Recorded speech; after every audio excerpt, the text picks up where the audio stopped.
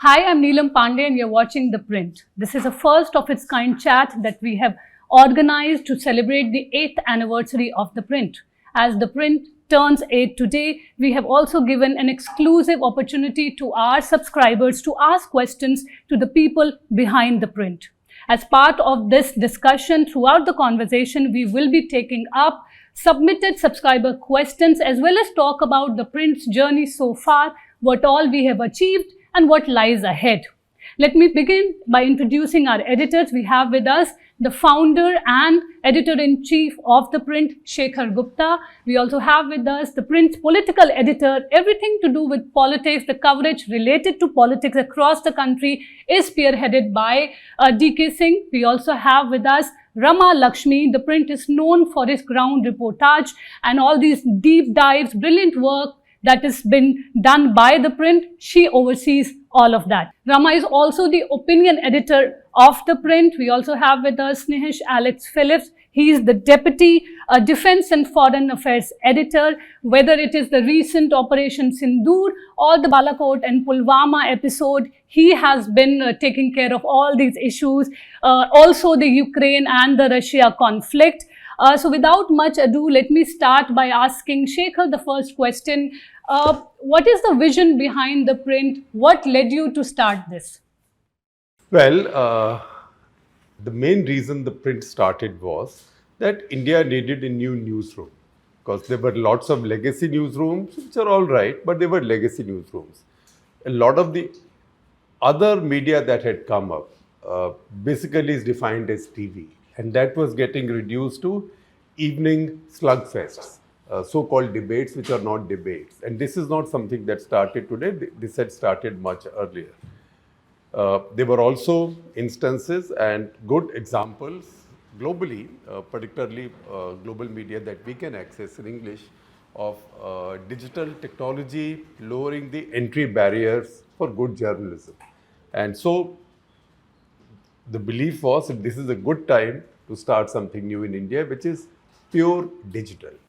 Well, just to add to that, one of our subscribers, Nipun Anand, wants to know what is or was the biggest challenge in building one of the most, he says, incredible news startup of India, The Print. Is there any plan for the organization to go international? Well, first of all, I will answer the second question first. That once you live in the digital world, you are always international. So you don't start an edition in New York. We are already there in New York. We are there in Beijing. We are there in Singapore. We are there in any part of the world, right? Nairobi, Johannesburg, wherever, Pretoria. We are all over the world. So that is the beauty of digital. The second, the biggest challenge starting an organization is the same as the challenge of running an organization, except that when you are starting it, it becomes concentrated, which is collecting a team of talented people and then keeping it together. So even for a running organization, that's a very big challenge. But when you are starting a new one, that's an even bigger challenge because you also have to convince lots of good people who are not particularly job seekers that this is a good idea. So walk away from the good stuff that you're already doing. So people who came in to join the team were very successful people. There was no particular reason for them to leave what they were doing. So you have to make a case and then you have to create an environment so they feel satisfied and they feel like there is growth and they've made the right decision. So that's a big challenge. Right. Rama Bhaskar Patel wants to know, well, this question is for everybody, but I'll begin with you. He wants to know what is the Print team most proud of? What have been the most satisfying moments and experiences for the team? I can talk about the ground reports work that we do at The Print. Some of the most fulfilling work that I have done at The Print has been to shape the ground reports coverage, which is we publish 2 long-form articles every day from across India. In fact, we're the only ones in India who invest in this kind of daily rigor of ground reports, sending people to different corners of the country, covering news, of course, when it manifests itself, but often covering news even before it's manifested itself in the national headlines. So really capture the rumblings from the grounds and give it the rigor and long form that these kinds of news often deserve. So I have a really bright, talented team of about 15 journalists who do this. So that has been the most fulfilling, and nobody else is doing this in India. Well, Snehesh, for you, I think your team. Yes. from the team perspective, of course, it's a very newsy environment that we live in, especially on the defense and on the foreign affairs front. So that is something that we really focus on here at The Print. And Shekhar has deep interest in both the subjects. So at times, it is beneficial because you get a lot of insights and all, but at times it can also be a bit complicated because you can't get away with usual how you would get away with any other place. But having said that, I think the best part about The Print and working with The Print is that we tend to follow up on stories that you should read or you should watch. It's not just the stories that really come to you or that you look at, which means that we cover a lot of offbeat stories which are often neglected, stories which don't make it to the mainstream media. For example, I still remember when the COVID coverage happened, most of the COVID coverage were limited to the North Indian states or the big cities, right? But here at The Print, we send reporters and camera persons to even the Northeast, right? Or for example, when the Manipur crisis happened, I think, while nationally the national media did cover, tidbit of what the crisis, we at The Print sent multiple reporters over a period of time. At the last count, I think we had about 4 reporters who went, and over long period of time. It was not as if they went and they came back. So which means that we invest on ground reportage. And I think that is something which is amazing about The Print. So not just related to defense and foreign affairs. For example, even when it comes to foreign affairs, we've sent reporters out abroad. For example, we sent reporters to Afghanistan. We've sent reporters to Maldives. We sent reporters to Bangladesh. So that's the kind of coverage which happens. So which means that at The Print, you invest in reporting. I think it's a very reporter-led collective. And each one of us sitting here, we've done reporting. And this is what makes us The Print. Well, DK, you came from a newspaper. So from a reporter's perspective, how things changed for you as far as reporting is concerned? How was the transition to a digital platform? Well, for me, as a reporter, I myself changed a lot. So, before I joined The Print in 2018, before that, I spent about 22 years in different newspapers. And, as newspaper reporters are, we were like Gyanis, better still, God's messengers. So we would write whatever we wanted, and readers were supposedly obliged to read, or they owed it to us to read, because there was no interface as such. So once you get into digital and once you start looking at the Google Analytics and what kind of stories are being read, it comes as a shocker to you. What you think, oh, I have written and so many million people who subscribe to my newspaper have already read it. It does not happen. And it was a shocker, a big realization. And that's when you started looking at what you write, how you write, and then you start looking at your coverage from the other side. What are the people expecting? So you were there with me before I joined, we were working with the paper together, and there our digital training started. That was the first time we were exposed to it. So initially it took a lot of time for those people to basically convince us that digital is a respectable medium. There is nothing wrong if you become a digital reporter. And there is nothing so great about being a print reporter. So that took a lot of time, changing people's mindset. But then once we started doing that, the challenge was what to give to the people. So we thought of ourselves as competing with TV, that you break it first, you give them news first. So the idea was to just keep throwing in whatever you could, whatever is happening, just keep throwing in. Then gradually you started realizing it's not working. And by that time, when I was struggling, I joined The Print. And over a period of time, you realize what the readers want, what the viewers want. What are they curious about? And you start working on that. You start molding your stories accordingly. You start covering events accordingly. So that has been a very interesting journey, steep learning curve. Because after 22 years in the print, you come to digital, but very interesting. Well, Shekhar, Ravi Shankar has an interesting question. He's saying, can you make the print more relevant to Gen Z? Most topics, he says, are related to politics and world affairs that don't seem to appeal to them. Well, I think I'm not sure if Ravi Shankar is Gen Z, because I find a lot of Gen Z is actually very interested in politics and international affairs. Because we should not judge Gen Z as people who are frivolous or as people who are not interested in the world. In fact, some of them might give you the impression of that, but they are not. It's just that maybe you need a different method of storytelling.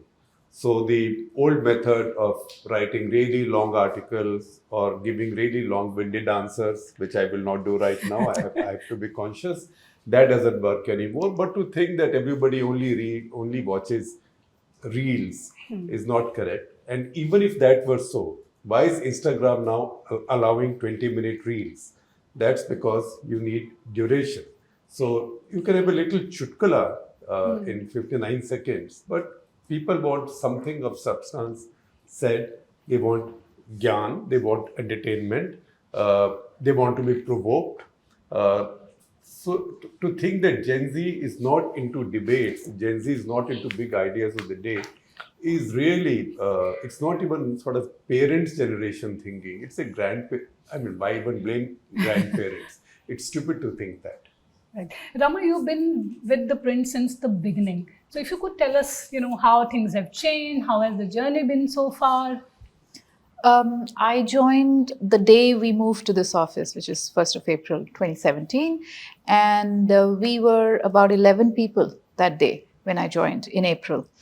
And then by June, we were 23, and today we are 103 people. And it's pretty strong the way it's grown. And a lot of us at that time came from legacy media. As Shekhar said, we all came from legacy media, established careers. And we all came here for just one reason, which is Shekhar Gupta. He's one of the last big editors to work for, and everybody wanted to know. And there was a lot of curiosity at that time in the industry about what Shekhar Gupta is going to launch. What is it going to be like? And, the print didn't have the first mover advantage. We already had in India several digital news startups. But we got a leg up because it was led by Shekhar. So a lot of people were interested in it already, and they were curious, they wanted to read. But we didn't have that big name when we called people and we said, this is the print, write for us, come. We didn't have that big name. What is print? Oh, it's digital. There was a confusion in the beginning. Oh, it's digital, but print, why is it called the print? So there was a lot of explaining to do at that time.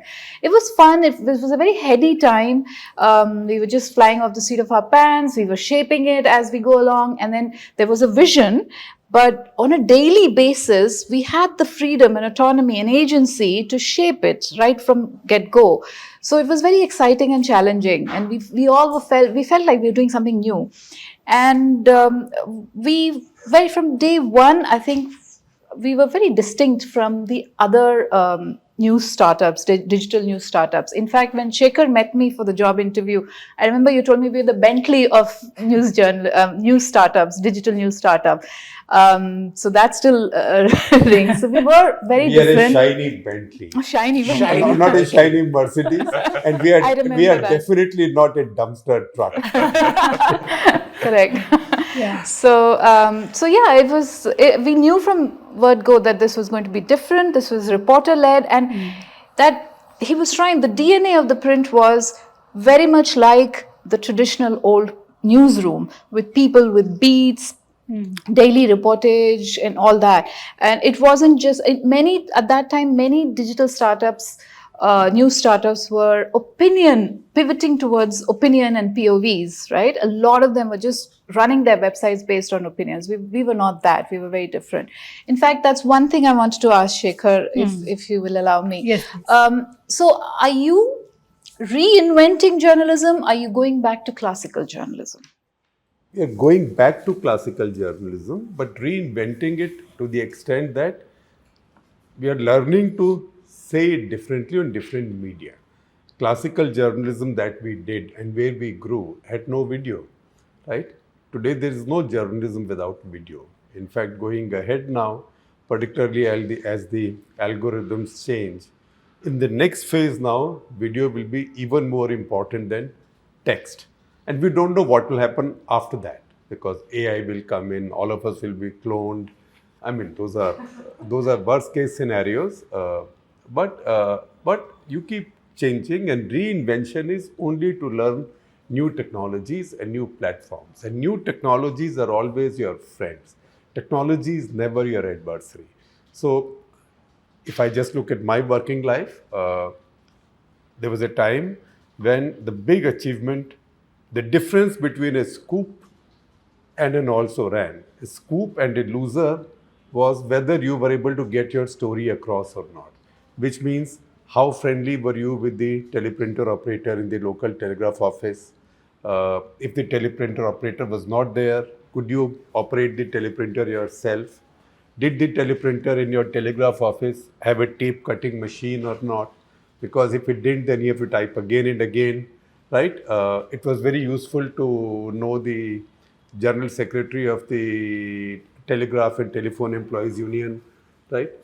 So communication was a big thing. Send pictures. You had to find somebody to carry your role.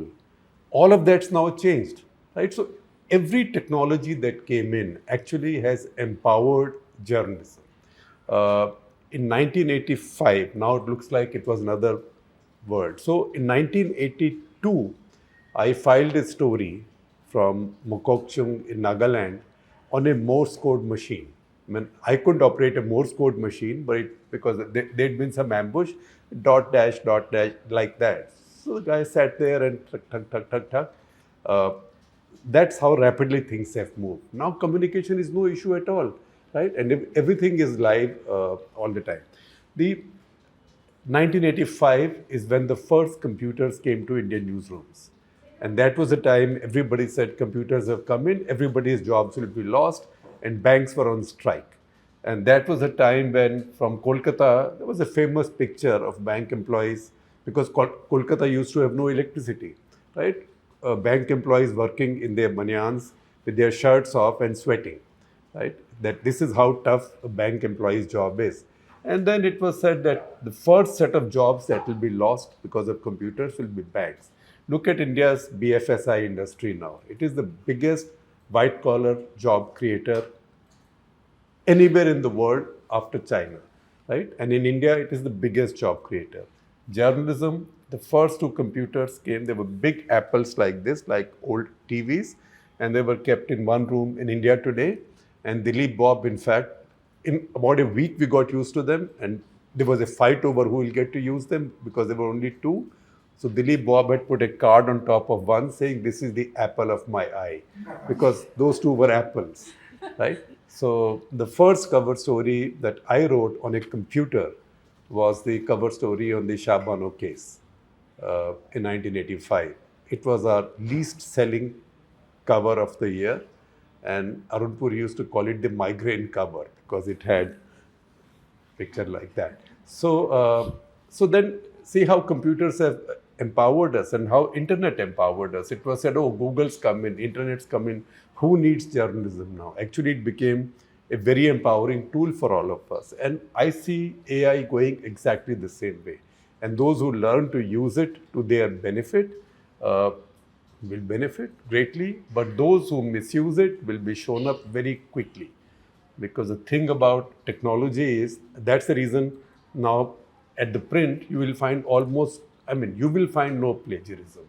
Because plagiarism is caught early enough, and in the newsroom, plagiarism is a no excuses, no defense, no comebacks offense. But all that happens because of technology. So technology, I think, empowers every profession, except you can't keep on doing the same way as you were doing it before. So, like I was telling my colleague, here at the print, we're making journalism great again, which is the old classical one, but with a new twist. But I have a follow-up question. In the last few years, since this polarizing politics and we're living in the digital era, the same questions have been asked about the mission of journalism. Is it neutrality? Is it objectivity? What happened to classical, traditional objectivity? Is it fair? Is it accuracy? What is truth? What is fact?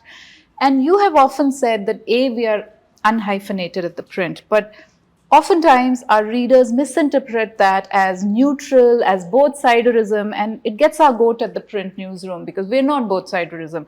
Can you explain to our subscribers what unhyphenated means and what is the new objectivity? See, first of all, neutrality. Yes, neutrality I will speak about on how this is an impossibility. But more than that, it is the way the expectations have been set among audiences. Expectations among audiences now is that if this organization is saying what I believe in, then it is fair and it's neutral, right? So neutral is, do you agree with me or not? That is not journalism. I mean, journalism is facts as they are. Second, neutrality, human beings can't be neutral. So earlier, sort of facetiously, I used to say that we are not neutral because human beings can't be neutral. After all, everybody votes. DK votes, Neelam votes, Snehesh votes, you vote, I vote, Chief Justice of India votes, Chief Election Commissioner hopefully votes, and his name is there in the electoral rolls, and not twice. Everybody votes, so nobody can be neutral. And then I used to say facetiously that only bots can be neutral, until somebody pointed out to me that no, bots are not neutral because somebody has programmed the bot. That's the reason you need journalists, because we have skepticism, right? So somebody tells us something, we really want to believe it. But skepticism means your bullshit detector always has to be on. किसी और को बताना, right? This doesn't wash. That is the skill and that is the attribute that journalism must always have. And the fact is that too much journalism is now dropped. Some have lost it. Some have become too hyphenated on one side or the other, which is in one way problematic, I will explain to you, but also helpful. And some are not taught this in their newsrooms because editors have stopped asking questions and editors have stopped being bad guys, right? Editors also should be bad SOBs and say, I don't believe you, I don't think your story is right? This is too good to be true, bullshit, right? We've all been brought up by editors who said that to us in front of others. And initially you might have disliked it. When you went back and checked, more often than not, they were right. This destruction of Indian newsroom started with the rise of the star anchor on TV. Because the star anchor on TV became editor-in-chief. Now you show me one TV anchor who's not editor-in-chief or chief editor-in-chief or Maha-chief editor-in-chief or managing editor or chief managing editor. There's been such a great inflation in journalism. Now, when your chief anchor is editor-in-chief, who's going to play their editor? Somebody has to say, no, what you're saying is not true. I mean, I saw this, and you learn these from experience during the Anna movement days. Everybody said, Jan Lokpal Bill, Jan Lokpal Bill, Jan Lokpal Bill. Top anchors in India, two of them even went and spoke on Anna Hazare's stage. Jan Lokpal Bill. Until I read the Jan Lokpal Bill. And I read the Jan Lokpal Bill and I said, first of all, this will make me spy on my neighbor and my neighbor spy on me.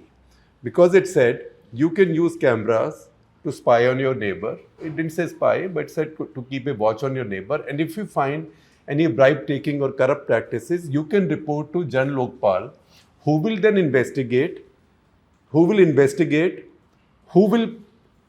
hold court hearings and prosecute, who will punish, and for any money that's recovered, Jan Lokpal will get 10% and the guy who reported on you will get 10%.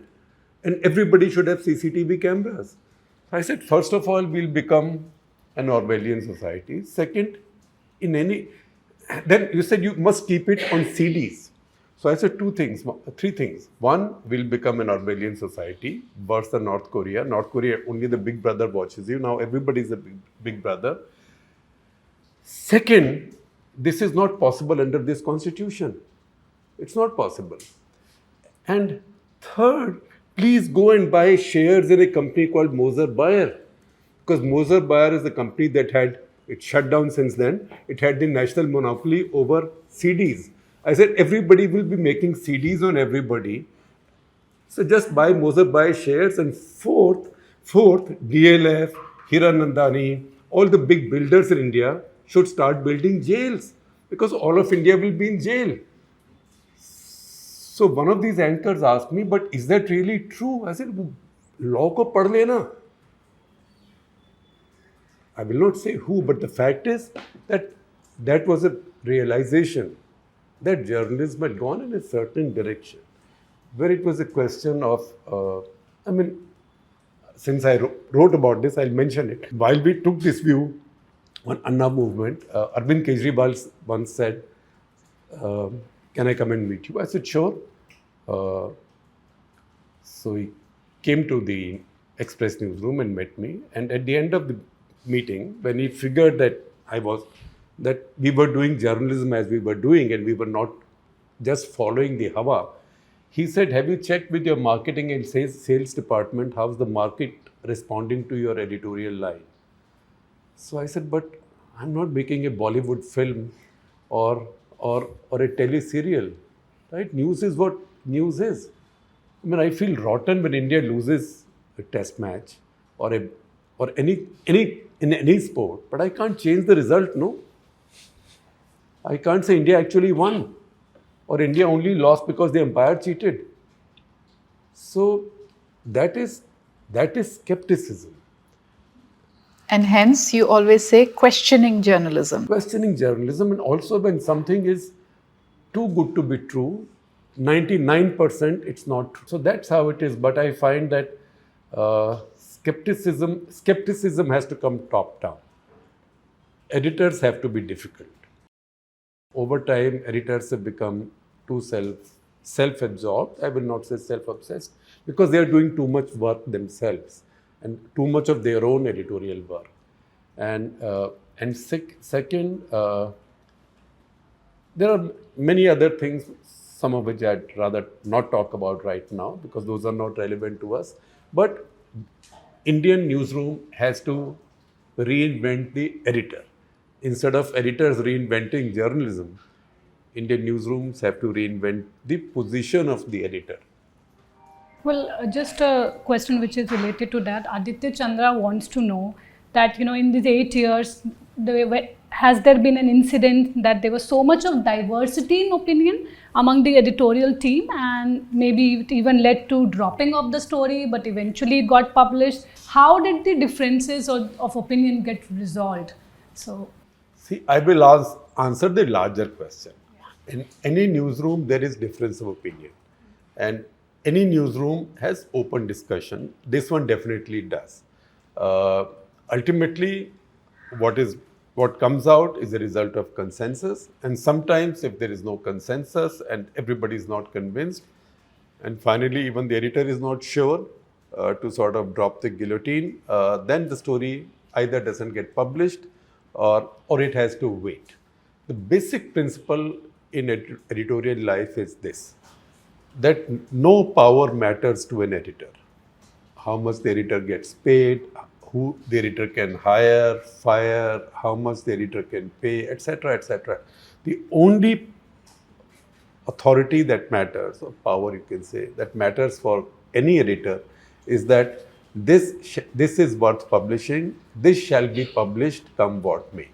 Or that this I am doubtful about, this is not worth publishing, this shall not be published come what may. That call doesn't have to be taken every day. That call is a rare call.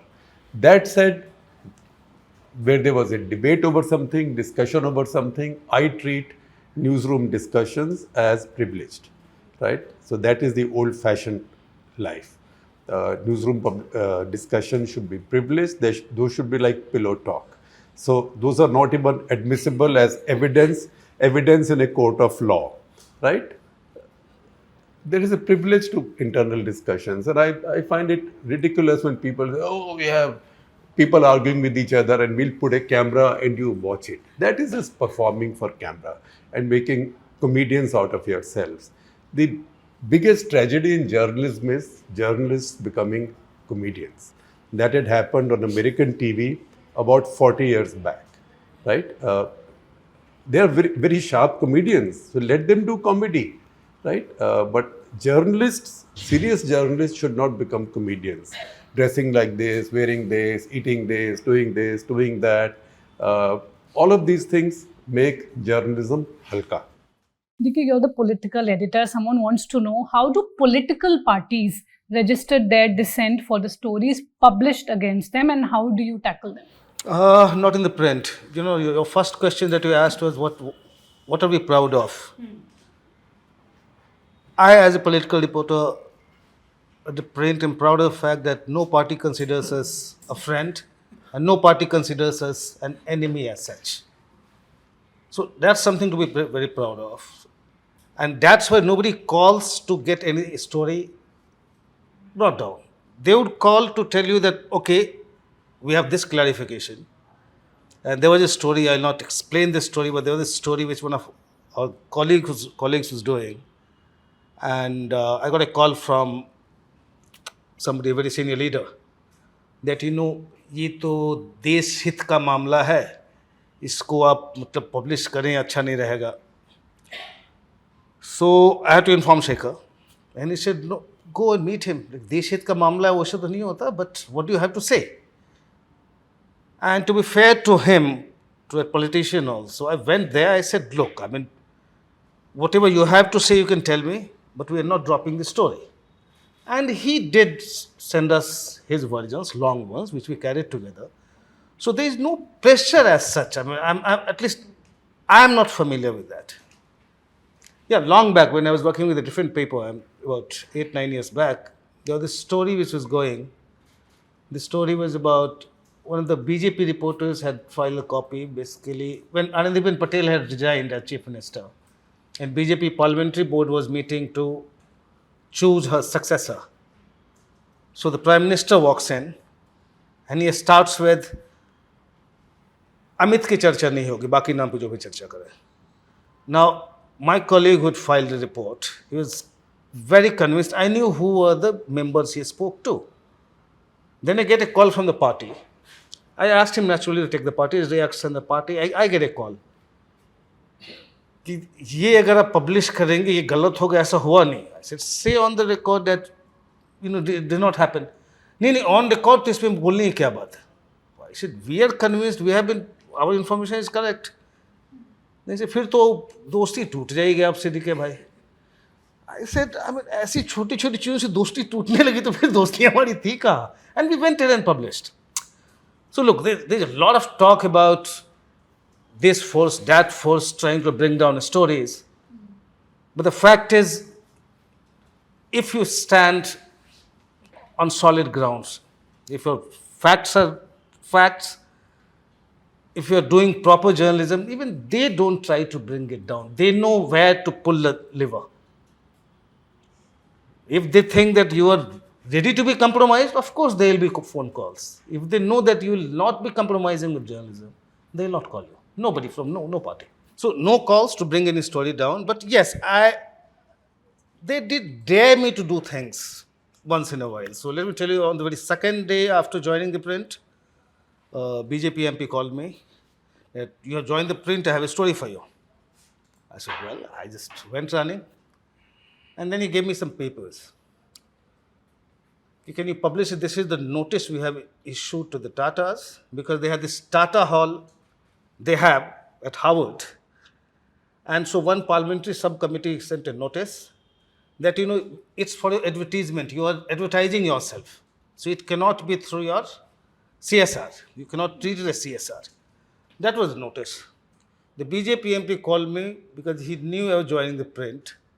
And then we were talking about one of our investors. He dared me, okay, if you want to publish, fine, here is the document. I came back to office, went to Shekhar. This is what it is. He said, fine, I mean, that's okay, we should go ahead, just take their version, Tata's version. And also mention at the end of the story that Ratan Tata is an investor. Yeah. So we wrote to them, they send a version and we published the story. So the BJP MPs next day called up, बहुत लंबा का आप clarification उन्हें छाप दिया आपने. I go, you did not even think I was going to publish it. Now you are worried about their clarification. Yeah, continuing with what DK said, I think Shekhar earlier mentioned that the neutrality, it all depends on who the reader or viewer is. But at the same time, I've often been told that the print is neither on this side or on this side, which is neither on the left or the right. Right? I think that's a compliment in itself. That and all our stories, we do stories based on the substance of the story, the relevance of the story. So yes, for example, I cover a sector which is sensitive, can be extremely sensitive to criticism.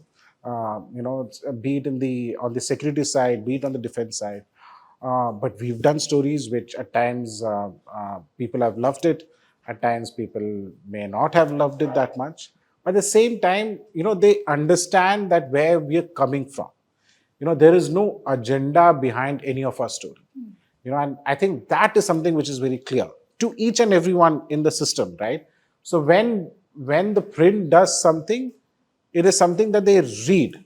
I'm aware of the fact that people who might necessarily not even speak to the print, but would, because of the criticism that is there, because we don't toe a particular line, so they don't like to speak, but they make sure to read the print, because at the end of the day, credibility matters.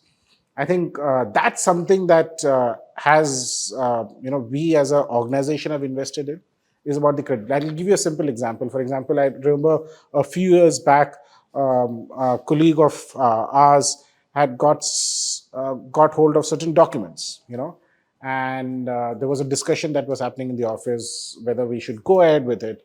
So I still remember it was late at night.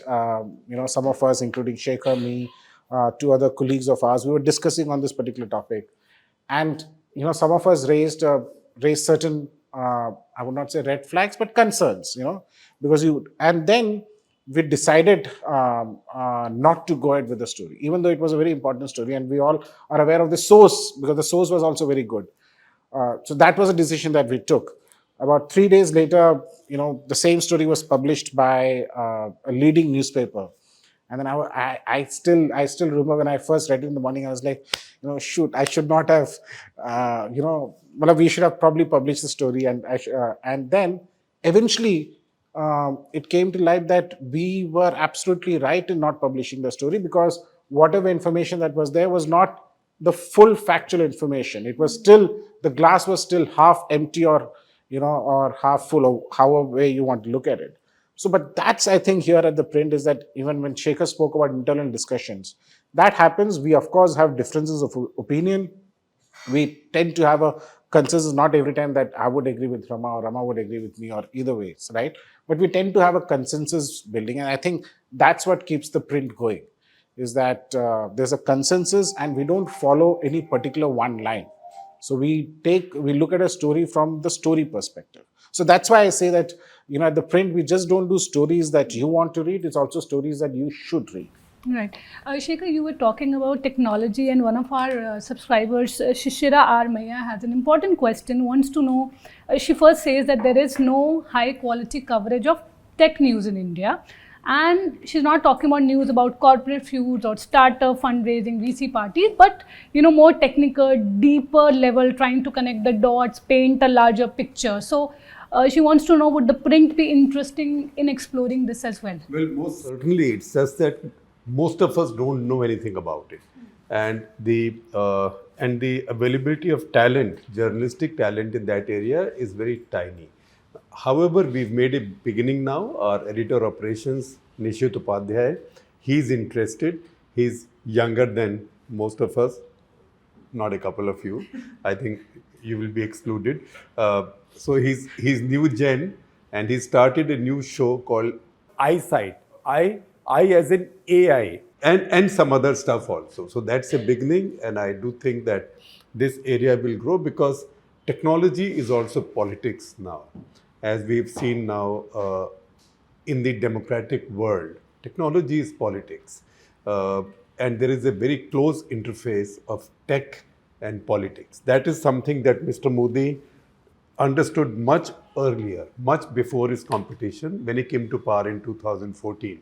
So a friend of mine in tech business said that it was a bit like Congress party was still fighting on horse cavalry and Mr. Modi had machine guns in front of it. That's a real life example from World War One.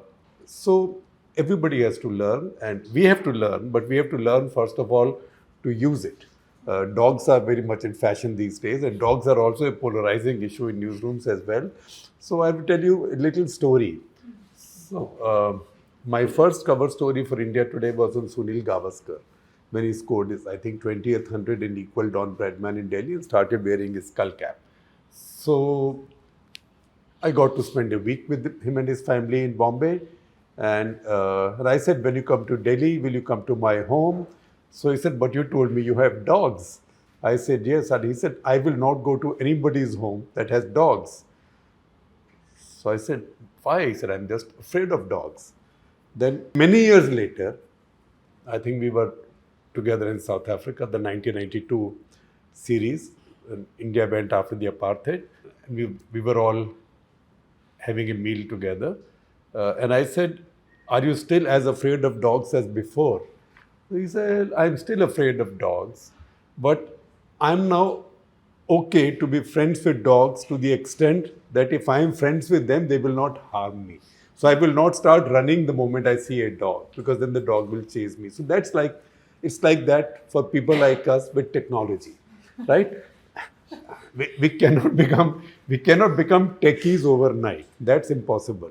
But we have to learn to adjust and to make sure that technology is not our disadvantage, doesn't work to our disadvantage. So we all have to keep learning and keep reinventing. Yes. That said, I will add one more thing. Yes. Shishira. So thank you very much for being there, Shishira. We just need a lot more women readers, watchers, viewers. I meet many of them. I meet them on flights, I meet them at public events, I meet them on the street, I meet them in shops, in the malls, but I don't see enough of them responding to it. But Jaishankar is also congratulating you on the brilliant work that was done in Manipur by the ground report team. Also wants to know, how do you decide on the subject? What makes for a ground report? Deciding on the subject, the story is usually brought by the reporter. Sometimes editors, we discuss among ourselves and we think certain things need that depth and rigor, that the readers need to go beyond just the 9 p.m. slugfest debate, or they need to go beyond the 90-character headline. And so we think certain stories have nuances and they're not so black and white, and you need people's voices beyond just politicians' voices. And that's often one way of looking at it. But beyond that also, there are some difficult stories that don't get reported by local media, that don't come and manifest, they don't reach Delhi media. For instance, the sexual harassment allegations at Kalakshetra, which is a storied dance academy in Chennai. People knew about it, was there on social media, it was on WhatsApp groups, but no Chennai media reported it because it was an entrenched institution and they had tentacles, friends among the elites of Chennai. It required our reporter Shubhangi Mishra to go from Delhi and go and uncover it. So oftentimes we know the story and it's just not appeared anywhere, and you just need to show the courage to send your reporter and say, okay, we'll back you, get the story in, and that's what we do. And the same way in Manipur, thank you for to the subscriber to appreciate the Manipur coverage. Sonal Matharu, she went and we were the first ones to write about sexual violence in Manipur. Nobody else had done that. It existed on social media in certain grainy videos, but we broke the silence around rapes in Manipur. So it requires courage, and that comes from the newsroom. And now that we're talking about Manipur, our editor who has led the Manipur coverage in many ways, Moshmi, will you turn around? That's Moshmi Das Gupta. She's our deputy editor who's been in charge of Manipur coverage. And anytime I have to talk about Manipur, you might have noticed on Kartak Letter, she's the one I drag in to give Gyan. And every MLA in Manipur knows her. Matang wants to know, most people think that it's the young who run startups. And he says, however, you started your own organization quite late in life. Could you share your experience from a personal and professional lens? Well, first of all, I think one of my teachers once in college said that the reason I am a teacher is that a teacher can stay young forever because you're always with young people, right? So one set of young people goes, you're again with young people. So you might be aging, but people you are with are not aging. So it's a bit like that. So obviously I had many doubts, and it so happened that many things happened because there are always doubts. Must you do something, right? It's like one of my friends, and more often than not sparring partner, critic, not sparring partner because I don't spar, right? I just duck. That is Mohandas Pai. He said to me, you picked up a very expensive hobby in your old age, right? So that was one view. The other was I think I'd gone to speak or maybe give some prizes and speak at a big event at a chain of schools in UAE, run by a very successful entrepreneur called Sunny Varki. And the print had not yet started. And I said, and he said, you must start it. Why are you hesitant? And I said, does anybody start a startup at the age of 60? So he said, do you know the age at which Captain Nair started Leela Hotels? I said, no. He said, 71. So he said, why can't you do it at 60? So there were many things that happened. But really, there was a choice not to do this. But there was also a choice to do this. And that choice sounded more interesting. We're glad you did. If there is a stereotype about age and startup, there's one more stereotype about startups, and there I think it applies to Shekhar very well. This innovative startup also began in Shekhar's basement. There is a whole stereotype about startups in basement. Not quite basement, but the New Delhi equivalent of the basement, which is a Barsati. The Silicon Valley basement is Delhi's Barsati. Delhi's Barsati, yes. But Delhi only allowed basements fairly recently. They were Barsatis. And Anil Pathak wants to know, in today's world where translation is easy, why don't you publish the print in vernacular languages simultaneously? Well, two things. First of all, wherever I work, the word vernacular is banned for Indian languages because that is judgmental, loaded, comes from colonial dictionary. So vernacular is banned. These are Indian languages. We publish in Hindi. We are also publishing, not fully, but we are publishing a fair bit in 2 other languages, in Marathi and Tamil. And in the course of time, we'll be adding more. But you know what? AI translation, the problem with AI translation is that anybody can figure out it's an AI translation. So we have to find, AI has to get smarter and we have to become smarter. And we need more people who can then go over it and sort of humanize it. So those are challenges. Just because AI Translate is available doesn't give you that same feeling. The nuances can also be lost in that. So many times, not lost in translation. So actually once I had used this devil's advocate in my copy and the translation came, ये शैतान के advocate बन रहे थे. शैतान के वकील. There was, at India Today once, there was a talk of publishing the Hindi edition of Time magazine in India. So some translation were checked out. This is much before any technology or Google, manual translation. And our translators, very smart people, hit many walls, but one wall they hit, nobody could figure out any answer. What is the Hindi equivalent for pretzel?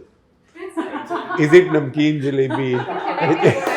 Is it namak para? What is it?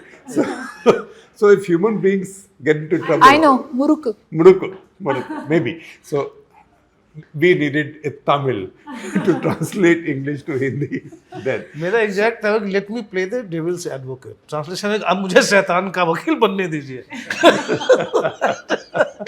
But I see this. I sometimes watch discussions on Pakistani TV channels, and interesting expression I find there, which looks like that is the original, not a fool's paradise. They say ahmakon ki jannat. Ye ahmakon ki jannat hai. So I feel sometimes that maybe that's the original, and fool's paradise is a translation. So look, if human beings get challenged, you can imagine technology also getting challenged, because whatever technology does, it will not replace human beings. I can tell you, you go to a doctor. These days, doctor doesn't look at you. Doctor doesn't feel you. No pulse, no stethoscope. Stethoscopes doctors only use when they have to give TV interviews, right? So if you find even orthopedicians come with stethoscopes. उसके साथ क्या करेगा, broken bone में तो कुछ दुख होता नहीं है, right? But they just use it as a prop. But I want a doctor to poke my stomach and feel the... Yeah, otherwise I can treat myself on Google, right? So similarly... You're like Asit Sen from Anand. Well, I mean, I'm not a hypochondriac like that. But he liked to see the face of the doctor. Yes. So, but it's true. I also would prefer, if I go to a doctor, I would prefer him to check my pulse. But I know that doctors also get irritated that before they start writing a prescription, the patient starts Googling the side effects, right away. So the human being cannot be replaced by technology. Technology will become an enabler for human beings. When anybody gets their pathology reports, MRI reports, any scan reports, it says match this with clinical picture, right? So a human being has to match that with clinical picture. And that is where humans come in with everything. Technology is an enabler. Right. Narayan Anand wants to know, a few others, he says, tried internet-based news programs before you, but he says they failed as they all had a single political agenda, support or oppose the BJP. Yours has been a wide coverage of many topics without any shrillness, and now many traditional newspapers are trying to jump into your sphere. Will this split viewership, ads, or simply move people away from what he calls shrill casts? Well, it's a tough question because audience tastes keep changing. And audiences are very polarized. Audiences across the world are very polarized. If you saw just on the day that Zelensky came to White House and these 7 other, कुछ ऐसे था जैसे Queen Victoria के दरबार में all of the Indian Rajwadas and Maharajas and Rajas and HH 17 gun salute, 21 gun salute, 101 gun salute, Nawabs, all of them lined up like that, European leaders lined up. Now, one obviously planted question was asked there by a Russian journalist who said that you are doing so much for peace and yet your media attacks you all the time. That was the longest answer that Trump gave. And he said media is so biased, they have no credibility, nobody, I don't think he used the word credibility, but basically that's the longest answer he gave. So leaders also know, politicians also know how to play on the media polarization because they attack anybody who's not on their side, and anybody who's not fully on their side, they call them fake or biased or corrupt. Somebody can say Godi, somebody can say Modi. So this has become a very fraught environment right now. And that's where I find that almost every day I read reactions on the same thing. Some people will say you are on this side, some people will say you are on that side. That's also because there is such deep polarization that people believe in everything that their side says. So people are dropping skepticism, which is not a good thing. And that's the reason it's even more important for journalists to retain their skepticism, which means for journalists to stay sane. And Sneha wants to know, why does the print not cover sports? We do, but the larger question is, why don't we do national and international coverage? Can we hope for this to change? Sneha has really touched a raw nerve as far as Shekhar is concerned. Is Sneha Shekhar? it's a pain point, and my colleagues know it. Very often I find India is playing for the bronze medal at the Olympics, hockey, right? What a big deal it is for India to come back into the medals reckoning at the Olympics in hockey, where we won 7 gold medals, right? And I did not find one screen in my entire newsroom which had that match turned on. And I thought for him, and I often think, do people not think sport anymore? And then I find people are into, and it's not young and old, it's people are into maybe sometimes tennis, if there's a heartthrob there, Federer, right? Or maybe sometimes some people might be into English Premier League. But I find that journalists, by and large, this is not the fault of the audiences, because I see the numbers that cricket channels get, because now you can see numbers on the top for digital numbers. They are all in tens of crores, even for Test cricket. Tens of crores. By the 5th day of a Test match, it's 57 crores. So a lot of Indians, most Indians are watching it. I think journalists, by and large, have really given up on sport. And our newsrooms, you can't order this. Our newsrooms need more people who are more passionate about sport. Now, for us to have a sports section, we are small. At some point, we will add more sport coverage. Just as we've started adding some tech coverage right now, we will add some sport coverage. But the question also is, what sport coverage do you do? Because all sport is now ball to ball, right? Ball by ball, you can watch everything. You can watch it in slow motion. You can watch third umpire replays, DRS. You have the experts there. So how do you take sport forward? That is an issue. But you know what? When I'm watching sport, every night, particularly with cricket being played, say, in England, so it goes on till almost midnight. By that time, I have 10 story ideas. But then I said, kaun karega, right? So I will tell you a story. This is when Mr. Vajpayee was Prime Minister. Then India's aspiration was we should have 6% growth. Now 6% growth is what I call as mediocre, right? Then the aspiration was 6% growth. So what used to be planning commission, they had McKinsey come and make a presentation. So McKinsey made a day-long presentation and said, these are things you have to do to get 6% growth. So everybody looked at Vajpayee, who had been silent all day, was sitting like this. And then I think Brajesh Mishra said, Atal ji, kya sochte hain? And Vajpayee said, kaun karega?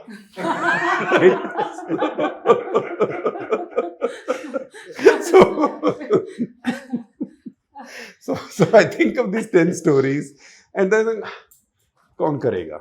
Right? Main to kar nahi sakta. And also, I think a lot of the journalists in my generation are made to multitask. And maybe I was also fortunate because I worked in a small organization, but with a big footprint, India Today, for 12 years. So India Today could not have a sports section. Right? Everybody did everything. And there were some of us who were interested in sport. And we got to do top sports. So I got to cover one Olympics, 88 Seoul, one Asian Games, 1990 Beijing, at least 5 Indian series overseas, including India's first series in South Africa. I combined other things with those. Now, in today's newsrooms, you have very few people with the add-on understanding or experience of sport. So to build a sports department is tough. If you have freelancers, they have their challenges, because sports stars have learned this from politicians, or maybe politicians have learned this from sports stars who've all learned from Bollywood, which is they all use access as a weapon. It means if you say something which is halfway, not chamchagiri, right? That's why you see these hagiographies of Sachin Tendulkar, Dhoni, the movies made on them, Azharuddin. India has, forget a proper political biography being written in India. That, of course, will cause riots. we haven't had a proper cricketing biography written. We haven't had a proper sporting biography written. We have a film made about Milkha Singh, which is so much folklore and fiction. So it's very challenging in India to be a sports journalist now. And if you ask me, since I like to mess with difficult situations, at some point of time, yes. And if we do it, we'll try and do sports in spite of these challenges and in spite of live TV, because there is a lot that you can do around sports, which is very interesting. Right. But your point is correct, and I'm not saying if we are around long enough. When we spend long enough doing this, you will see more sport happening, but a very different kind of sport coverage. So it will stand out from the rest. So this is to look out for in the future. But Colonel Achal Sridharan says congratulations and many more years of excellent news reporting to the print. But he wants to know that while we do excellent background research and cover the subject for everyone to understand, he says we rarely get to see the reporters who are on the field covering the story. Is there any possibility of making some of the sessions interactive with the audience, especially the ground report team? If it can be done, it'd be wonderful. I think they have to do more of that. Our reporters, actually, unlike TV walas, our reporters are very self-effacing. On TV, you don't see the story, you only see the reporter, right? That's called selfie journalism. So our people are the opposite. So I think unko thoda middle path pe lana zaruri. It's a good idea. We have something called Ask Me Anything and reporters. But we should do it more often. So we should bring people. Good suggestion. At which point you see me using this mug. This is part of our merchandise, and on our anniversary, when you are watching this, a new bunch of merchandise is just dropped in, and there is a discount. You will see it on your screen. So please go ahead. All of this is good stuff to have, good stuff to flaunt. See what this one says, because politics matters. This was only written for DK Singh, right? Because DK Singh matters, right?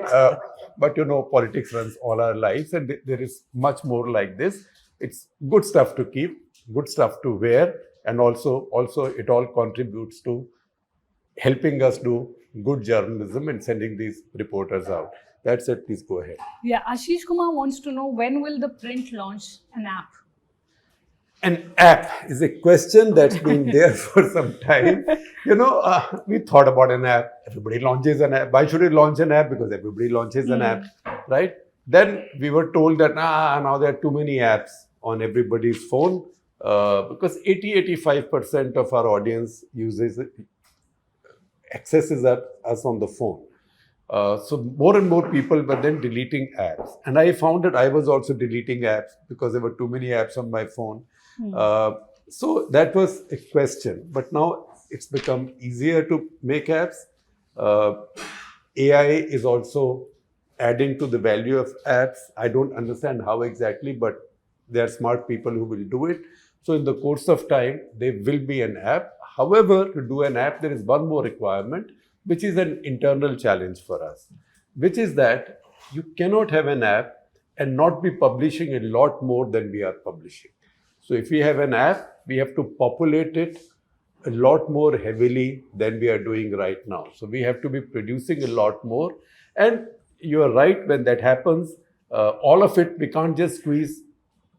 Ek nimbu mein se kitna nichodoge, right? That's politics. How much can you squeeze it? So we'll have to find other nimbus, which is technology, which is I think there is a big story in India on the intersection, on the cusp of markets, banking, finance, regulation, right? It's an incredible story. And if I was, since I can wish it, if I was 40 years younger, I would specialize on that right now. And I think for anybody who wants to make a career there, the print is the place. It can even be two reporters, 3 reporters, young reporters. You will become stars if you come and work in these areas at the print, because you will get the freedom, you will get access. I will personally make sure of that in those areas, and you will get a build-up. So those are areas which are very important, which Indian journalism is completely not, I will not say completely, but mostly not covering, definitely not adequately. And we will do a lot more sport, we'll do tech, because tech and society are very important for us. A lot of your social impulses are now driven by technologies. And that is not something, we understand the broad picture, the big picture, but we don't know the intricacies. So we don't know, at least I don't know how to tell that story, but we will find people who can tell that story. So once we do that, then we have a lot to fill up an app, because there's no point building a big, huge mansion and not have enough people living in it. That becomes a mausoleum, right? That is not the idea. Idea should be a publication is a living place, and there should be a lot of buzz inside it and around it. Right. Well, there are a lot of questions, so I've clubbed a few. So just asking the last few questions. Bala Shashank Chaturvedula wants to know that, when you started the organization, who was your intended audience? And across the journey, has that changed or remained constant? Look, our audience was always mainstream, because there is a lot of mainstream. There is no left stream or right stream. I've been a critic of the left myself for a long time. I think left politics was very bad for India. Left economics was much worse for India. And because the Congress party bought into it cynically, they didn't even believe in it. It worked maybe to their benefit, but it did not do anything for India. And yet, through my writing and speaking life, I've had more readers and viewers on the left, including leaders of the left. So the intended audience is anybody who would appreciate unhyphenated journalism, and that's where I come to the definition that question had come up earlier. Unhyphenated means you should not have a preconceived view or position on anything. You should look at the facts and report the facts objectively. And if you write opinion should be clearly marked, and opinion can be anything. However, there is a house opinion, there is a house view. Every institution, every media institution should have a view. So when I edited another newspaper, I was asked that आप लोग कभी on the one hand, on the other hand नहीं कहते हो. So I would say on the one hand is the Hindustan Times, on the other hand is the Times of India, right? So what's the point of doing that? So we will take a position and go ahead and speak that position. That's the reason we run a weekly feature now. These are speeches and talks or from Indian liberals of the past. So and I put a little thing on Twitter there, and that's a signal to the audience that we have a house view, that we believe in liberal economics, we believe in genuine liberalism. And genuine liberalism is not left, because the moment you say that left liberal or right liberal, then you are hyphenating liberalism. That I think helps explain this position also, that you take a position on everything, but it is not preconceived. You cannot predict our position on many things. Snehesh Shubhro Mitra wants to know, Print, you started in 2018, you joined the Print. End of 2018, okay. Yeah. So what has been the most challenging news, done by you or your team that sort of, helped the Print to establish its foot amongst, the other journalists in India or journalism per se? See, I'm not really sure challenging in terms of what stories I have done. I think the sectors that I usually focus on is challenging because, access is restricted. It's not as if information flow is there. The same set of person might tell you something else and he might not divulge the same amount of information to me. So it's a matter of credibility which is there. But overall, if when I look at the Print, I think there are a lot of challenging stories that we've done. For example, COVID coverage. I still remember when the lockdown was there. I used to be here. Shekhar used to be here. The two other colleagues also used to be here. On every single day, we used to be here and coordinate the COVID coverage. And we had reporters being sent out across the country, right? Of course, we had those precautions. We gave them the necessary equipment, precautions were taken, but our journalists were on the ground, covering different aspects of COVID, visiting hospitals, visiting mortuaries, getting stories that people didn't, or the administration didn't want the stories to come out, right? Then challenging would again have been, for example, at right now when the Ops Sindoor happened, right? Ops Sindoor happened, when the Pahalgam immediately happened, Sajid, who's part of the video team, he and I had gone down to Kashmir immediately after the Pahalgam attack. And then we realized that the action is going to shift to Delhi. So I moved back to Delhi. But when the whole operation was happening, we had our reporters and video journalists and camera persons in every border area possible, right? For example, I had, my colleague Sagarika Kissu, who's incidentally from Jammu and Kashmir. She, along with our photojournalist Suraj, were in Poonch, right? And they came under shelling, right? So these were challenging moments. Of course, we provided them with whatever necessary equipment that could be provided. For example, all of them carried bulletproof jackets. They were wearing bulletproof jackets. The helmets were there. But these are all challenging situations, right? Where there's a lot of information which is coming in. And at the same time, it was also important that we put out information which we think is right. I'm not saying that every time we put out an information we could get it wrong at times. But at the time when we are putting it out, we absolutely 100% believe that it is right? It is certain, right? So those are the challenging moments which are there, the challenging news environment. Manipur, as I spoke about earlier, where, Rama mentioned about our former colleague, we were the first ones to talk about the sexual violence there. We had reporters and while I talk about this, here at the Print, if you look around, right now, maybe, the men outnumber the women on this panel right now, yeah.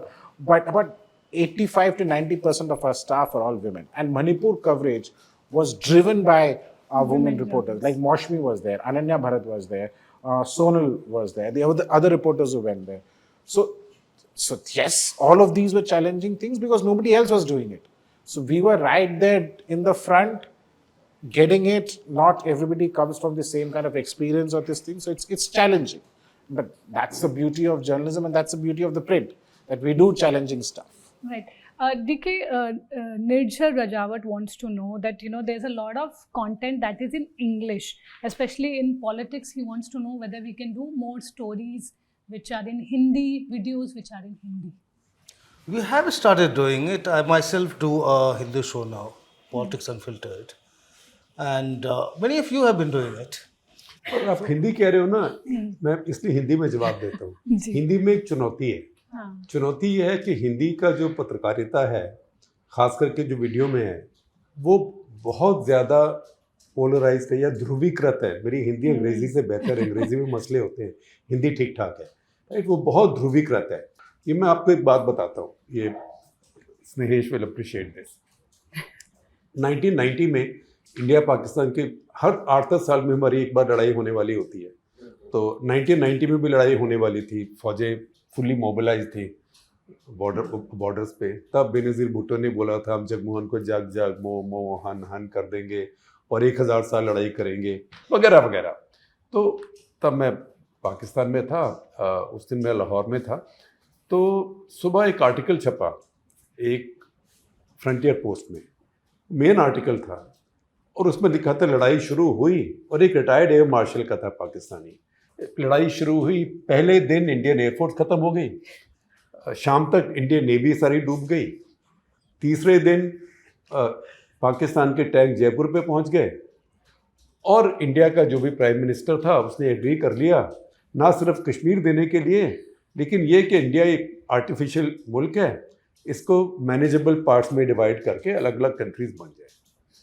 तो उसके editor मेरे दोस्त थे, उनका देहांत हुआ अभी पीछे. मैंने उनके बारे में ओबिचुरी भी लिखी थी, खालिद अहमद. तो वो ओपिनियन एडिटर थे फ्रंटियर पोस्ट में. तो मैं उनके ऑफिस में गया, मैंने कहा खालिद ये तुमने क्या छापा है? बोला उनको पता नहीं, अब इन्होंने ये लिख दिया, इनको सुबह से फ़ोन आ रहे हैं लोगों के, आज तो कमाल है. आज तो आपने इंडिया को खत्म कर दिया, अरे शिकस्त दे दिया आपने एक दिन के अंदर, आपने 2 दिन क्यों लगाए? So there is an audience for things like that, right? Yeah. पर मुझे ये नहीं लगा था कि इंडिया में भी ऐसी ऑडियंस क्रिएट हो जाएगी, क्योंकि हमने सोचा था कि हमारे यहाँ मीडिया भी स्केप्टिकल है, लोग भी डेमोक्रेसी में ज़्यादा पहले से तजुर्बेकार हैं, लेकिन अब कुछ यहाँ ऐसे भी पैदा हो गया है। और उसी का हम सब ने देखा, जो हमारे एक सारे देश के लिए एक शर्म की बात है, जो हमने ऑप सिंदूर के समय जो दुनिया भर की बकवास, इसको गिरा दिया, उसको गिरा दिया, इसको पकड़ लिया, ये शहर खत्म, इसके खिलाफ में कू, फौज वहां पहुंच गई, फौज वहां पहुंच गई, फौज यहाँ पहुंच गई, फौज के लिए भी एम्बैरेसिंग था। तो और जो बार बार लोग कहते हैं कि इंडिया का नैरेटिव खराब हो गया, वो उसी से खराब हुआ, और हमारा खराब हुआ, हम सबकी बदनामी हुई, क्योंकि वॉशिंगटन पोस्ट, न्यूयॉर्क टाइम्स, सबने जो आर्टिकल लिखे, उन्होंने ये तो नहीं लिखा कि 5 चैनल्स ने ऐसे किया, उन्होंने सबने कहा इंडियन मीडिया ने ऐसे किया। तो इस सारी स्थिति में हिंदी में खास करके चुनौती बहुत ज़्यादा ऊंची हो गई है, क्योंकि लोगों को एक तरह की, जब ऑडियंस को आदत पड़ जाए मसालेदार चाट खाने की, डबल मिर्ची और डबल चटनी डाल के उसके अंदर, और तो उसको आप कैसे दोबारा से बताओ कि आप थोड़ा हेल्दी फूड पे आइए। अब तो मोदी जी कह रहे हैं 10% ऑयल कम करो, है ना? तो हम फिर वो ये भी कह रहे हैं चीनी कम करो। तो ये थोड़ा न्यूज़ के अंदर भी, खास करके हिंदी में, मुझे पता नहीं बाकी लैंग्वेजेस में क्या स्थिति है, लेकिन हिंदी पत्रकारिता, अपनी कोई भी चैनल देख लीजिए इस समय, और अब जो लोग खुद अपना चला रहे हैं वो भी देख लीजिए। अगर आप उस साइड के वोटर हैं तो आपके लिए ठीक है, अगर आप उस साइड के वोटर नहीं हैं तो वो ठीक नहीं है। तो ये एक चीज़ है जो हम एड्रेस करेंगे in the course of time. वो एकदम अभी नहीं कर सकते, लेकिन हिंदी में ज़रूर करेंगे, क्योंकि आज का भारत, खास करके आज की राजनीति हिंदी में सोचती है, हिंदी में बोलती है, हिंदी में काम करती है। कई बार मैं सोचता हूँ कि नेशनल इंटरेस्ट का भी मैं हिंदी भी उसका पॉडकास्ट करूँ, लेकिन वो काम भी इतना ज़्यादा हो जाता है कि मैं कर नहीं पाता हूँ, लेकिन बढ़ाएंगे इसको हिंदी में। Looking at a larger point, it's a very perverted understanding of what we call, a journalist is as good as his last story. So anything, any event coverage, and they think people have forgotten, you can move forward. So say my favorite dialogue in Mission Impossible, The Final Reckoning, where you get the dialogue which says that our lives are not defined by any one action. Our lives are the sum of our choice. So just one event, one story does not define you as a news outlet. That's something probably people are forgetting. Kumar Siddharth Dadwal wants to know what has been the toughest and most difficult decision to take as an editor-in-chief of a digital platform, especially after working for prominent print and electronic media. See, whether you work in digital or print or electronic, although I have not worked in electronic media, the challenge is the same. The story must pass the basic test. What is the basic test? It should be factual. It should be in public interest. It should be of public interest, right? If it passes those 3 tests, and fourth, it should be checked out by the other side if there is another side. Then it should be published. The test is the same. And it's very difficult to say what was the most difficult decision, because there is difficult decision every day in a newsroom. And I don't have to take them all. All of these people take difficult decisions. So vicariously, I pass my risk on to them and I enjoy their success, right?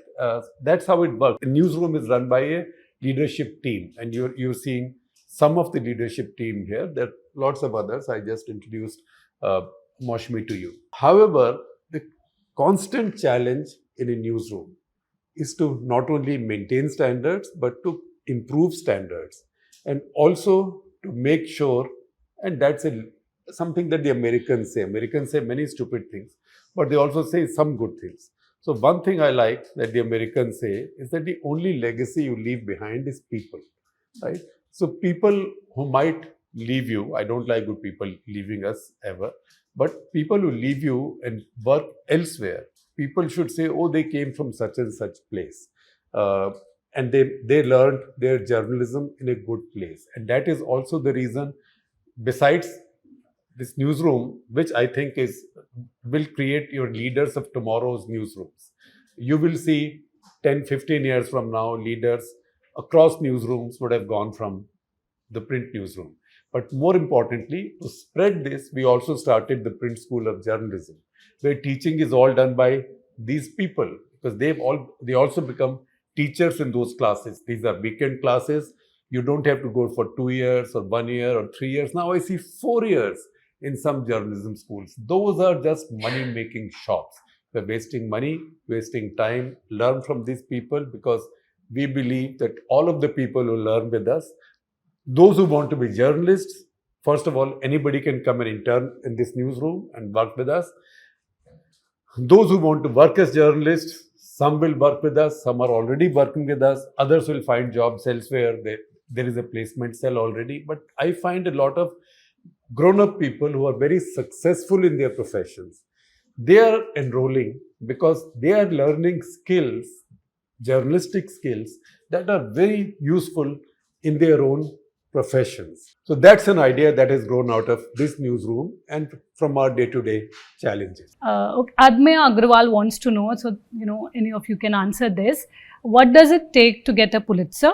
And do you think a journalist from your team could ever get it? He says, I sincerely hope that some do. And do you think there will be a time when any Indian media house's name will be taken in the same breath as CNN or Al Jazeera? And what are you doing at the print to achieve that?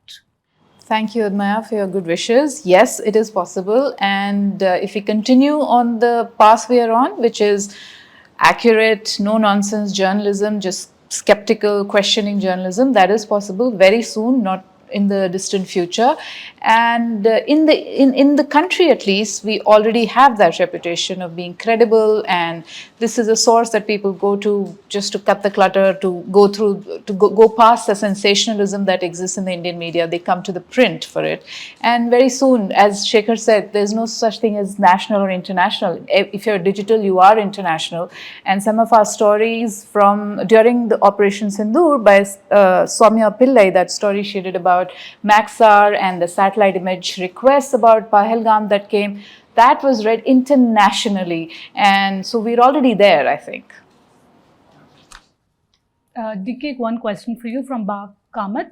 Wants to know, is there any one story that your team or you investigated to the fullest extent, or issue that you exposed but you were not able to publish? And if that happened, how did you deal with it? No, I don't think there's any story which I was not able to publish here. Okay, one last question from Bhaskar Patel, who wants to know what's next in the print journey. This is a dynamic life. A news organization, this is not, it's like flying on a plane. You cannot make any changes on the plane when you are mid-flight, right? So you have to plan your next flight and next flight and next flight and maybe a new plane, right? So those things go on. We will evolve as the environment evolves, as the news expectations evolve. I think you will also find us investing a lot more time and energy in ground reporting in many other areas, not just politics, etc., but also culture, life, technology, startups. You will find a lot more happening. You will definitely see, as I said, technology coverage. Also, what I mentioned earlier, the intersection of markets, money, banking, regulation, because India now has tens of crores of demat account holders. India has so many people who are taking SIPs, right? These are people who don't have much surpluses. People are taking SIPs. You see people, young people, housewives, all of them learning to play futures and options. So financial markets have gone in deep into Indian life now. And this is Bharat's life. I don't make that Bharat versus India distinction, but because it's fashionable, it's now going deep into India. The market culture, the equity culture. That's why everybody has a stake in regulation, in the markets functioning efficiently and honestly. And in these situations, when there is easy money available, crooks will rise. So political journalism cannot remain confined to politics. And those are areas of change, and fingers crossed, sport as well. Well, thank you so much for answering all the questions in such great detail, and thank you so much for being here. And thank you for sending us those questions also. And I wish more of you would send us questions. I see your responses on YouTube, but please write more, because many of your letters, Shalja Bajpayee, who's our readers editor, she takes up in her column, readers editor's column, and she does it like once in 3 months. I might request her to do it more often if you send us more responses and more letters.